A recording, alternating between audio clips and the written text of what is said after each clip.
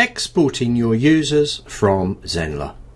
So if you go to Site, down to People and All, you'll have all of your users on your site listed. We can easily export these as a CSV file. So this is a common file format that can be used in things like Google, Excel, etc. So to be able to export these, all you need to do is check all of the students you want applied to, or it doesn't have to be students, it can be admin, support, any of the role types, and you need to just click Export CSV File.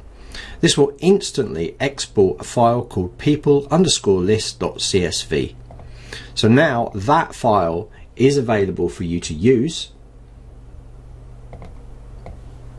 for other programs such as Excel. You can just open that up. It's a comma delimited file, so it will break it down and it will give you all the information in there. That is how you can export the CSV of your users. Now please note, you can also export individual basis by going to here or using the filtering option and just pressing the export CSV. Just select the ones you want to export and you can just export those.